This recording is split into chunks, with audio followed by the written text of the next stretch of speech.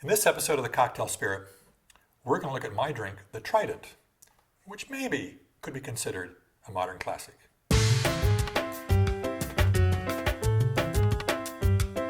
Welcome to The Cocktail Spirit from Small Screen Network. I'm your host, Robert Hess. In this set of episodes, we're talking about modern classic cocktails, or better yet, cocktails that I think deserve to be considered modern classics. In this particular episode, we're actually going to take a look at a drink that I created called the Trident. Now, I've created a variety of different cocktails. I don't specialize in that, but I've got a few that I've created. And it appears the Trident is the one that a lot of bars that I go to really seem to like. I first took and introduced it to the Zigzag Cafe here in Seattle, and they had it on their menu for years. A lot of their customers loved it, as well as a lot of chefs that came in really liked it because of the flavor combinations going on. And so I think of all of my cocktails, the Trident, just from a popularity standpoint, probably deserves to be considered a modern classic. But here's the rub. It's a drink I specifically created so that it almost couldn't be a modern classic. To understand that, let's take a look at what it means to be a modern classic. The drink must be delicious, which I think the Trident is. It must be a drink that bartenders know the recipe up for, which some bartenders do. A lot of bartenders, the average bartenders probably don't. It needs to be a drink that customers need to know order, which some customers know about, but probably the majority of customers don't. More importantly, though, it needs to be a drink that all bars have the ingredients to make it on the spot. Now, when I created the Trident, I was playing around with obscure ingredients. They fascinated me. And this one obscure ingredient was called peach bitters. And when a peach bitters came on the market, I said, God, this is interesting, but there's only 10 drinks that seem to use it from the historical databases. And so we need some more drinks that use peach bitters. And so I decided, gee, if I'm using peach bitters, which is kind of obscure and no bar is going to have it, at least back in those days, no bar had it, let's see how obscure I can make the other ingredients. And so I ended up taking the Negroni and just twisting it to the obscure side. Let's take a look at the ingredients I used. I used Cynar. Now, Campari is the traditional one of the ingredients in the Negroni. And Cynar is similar to Campari, but very few bars carried Cynar back in those days. More bars do now, but back in those days, practically none did. I also used Aquavit, and the reason I was using Aquavit is because I was playing around with Aquavit Negroni, and I discovered I really liked the flavor of Aquavit in a standard Negroni instead of gin, and so this was taking and bringing that into a new cocktail all of its own. Aquavit is also an ingredient that a lot of bars don't seem to carry. More bars now than they did back then, but still, a lot of bars don't. And the next ingredient was sherry. In this case, I'm using the Los Arcos Amontillado. Now, sherry is another ingredient that some bars might have if people want to drink sherry by the glass, whatever, but they're not using it in their cocktails, so they're not picking a sherry that works well from that standpoint. So all of these ingredients were ingredients that I intentionally designed to be ingredients that bars would not have, therefore making the Trident a drink that shouldn't be able to be considered a modern classic. But it's gained a lot of popularity, and I think it is a really tasty drink. And if more people knew about the drink and were asking for this drink, the bartenders would learn to make it, and they'd learn to order the product, since I think all of these products on their own are really great products. And so maybe at some point in the future, the Trident really could become a modern classic. But let's take a look at it. We're going to start off with 1 ounce of Aquavit. Now, if you're not familiar with Aquavit, you can think of it as a gin.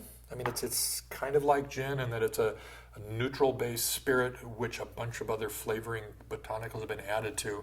But unlike gin, rather than having a juniper-forward flavor, traditionally Aquavit has a caraway-forward flavor, which makes it rather interesting. It's more of an umami sort of flavor to it, rather than the botanical that gin has to it. And now we're going to add Cynar. An ounce of that as well. Now, like I mentioned, Cynar is similar to Campari. It's not quite as flavor forward as Campari can be. And so a drink that normally would use Campari, if you found that a little bit too aggressive in its flavor, Cynar might be a softer version of that to make it a little bit more approachable. Now, the reason that Cynar has an artichoke on the front is because artichoke is one of the ingredients in it. Now, if you didn't tell people that artichoke was in it, they wouldn't taste it necessarily. But once you tell them that, and they take a taste of Cynar straight, they say, wow, I really can kind of taste that little artichoke flavor. So it's an interesting flavor ingredients going on. And now we're going to add an ounce of sherry. In this case, I'm using Amontillado, which is a dry style sherry. It's got a bit of a nutty flavor to it. And now we're going to take and add the Bitter Truth Peach Bitters. This is a new product out by them.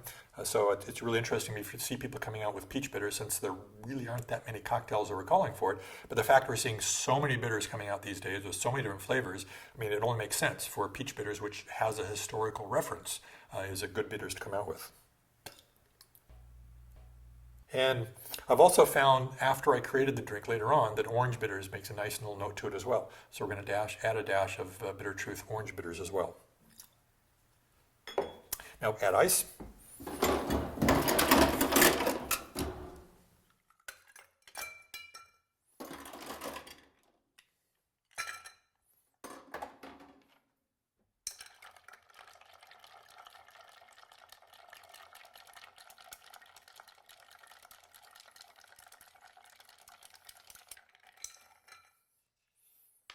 Strain it into a cocktail glass.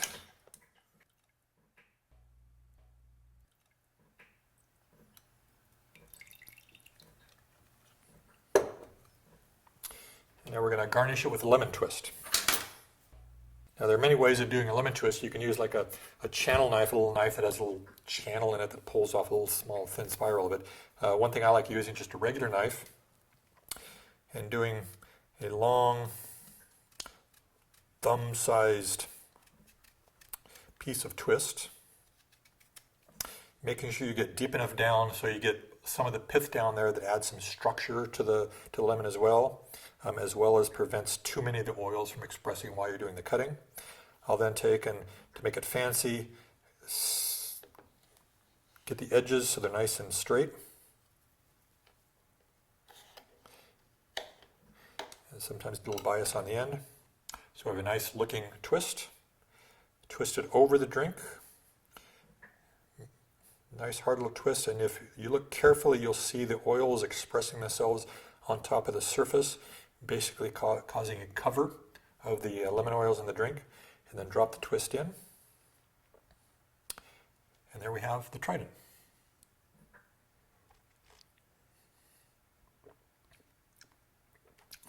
Yeah, if you're the fan of the Negroni, this is a drink that has some of that complexities there, but it also has hints of almost a Manhattan sort of flavor happening as well.